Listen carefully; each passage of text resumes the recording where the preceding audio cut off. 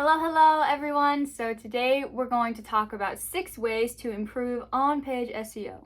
That says on-page. It's kind of hard to see because of the light. But let's just dive right into it. So the first one is to relaunch top content.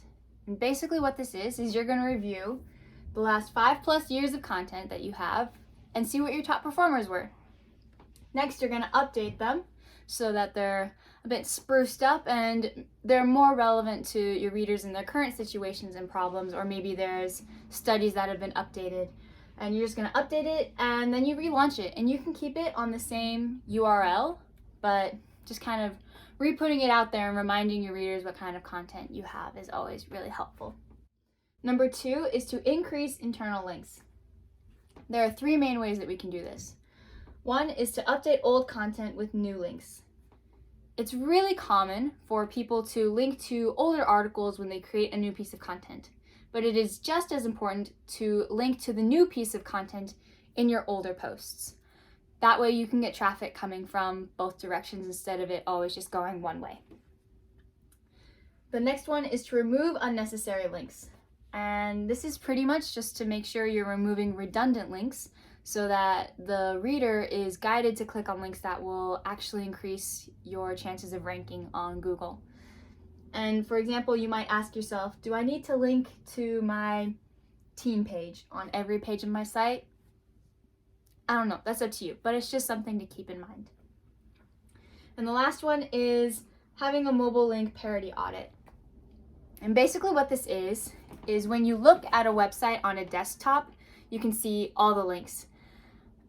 But when you look at a website on a mobile device, unless you're careful, on average, there are 7 fewer links, which means you're losing a lot of link equity and a lot of traffic. So you want to make sure that all of the links from the desktop version of your website are viewable and clickable on the mobile version of your website, especially since most people surf the internet on their phones or tablets. This is definitely something to prioritize. Number 3 is to invest in long-form content. For the sake of this video, I'm going to assume that you know what long-form content is. If not, I'll leave a link to an article explaining what it is below.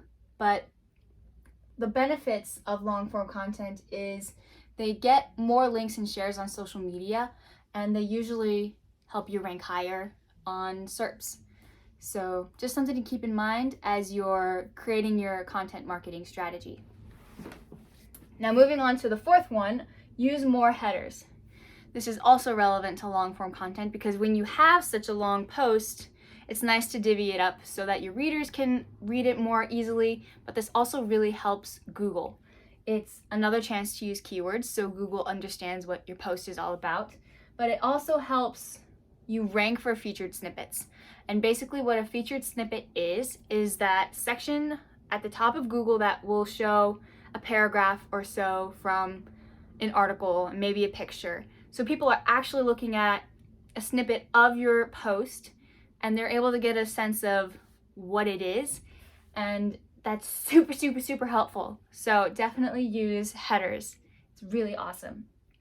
Number 5 is to leverage topic clusters.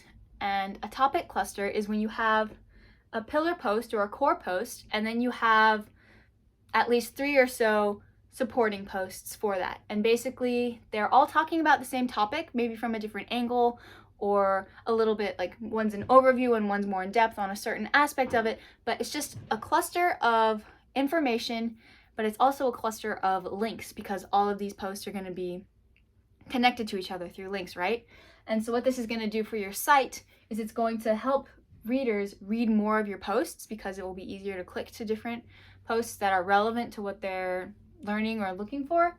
And then it's also just that increases engagement, it increases the likelihood of sharing, and when people are on your site more, you rank higher, so all good stuff. And lastly, we have bring content out of tabs. Basically what this is taking content out of tabs so it's easier to find, and it just like drop-down menus kind of try to minimize that so that it's super easy for readers to find what they're looking for and they don't have to go down rabbit holes to find it. Well, I think that's all we have to talk about today. I hope this was helpful, and thanks for watching.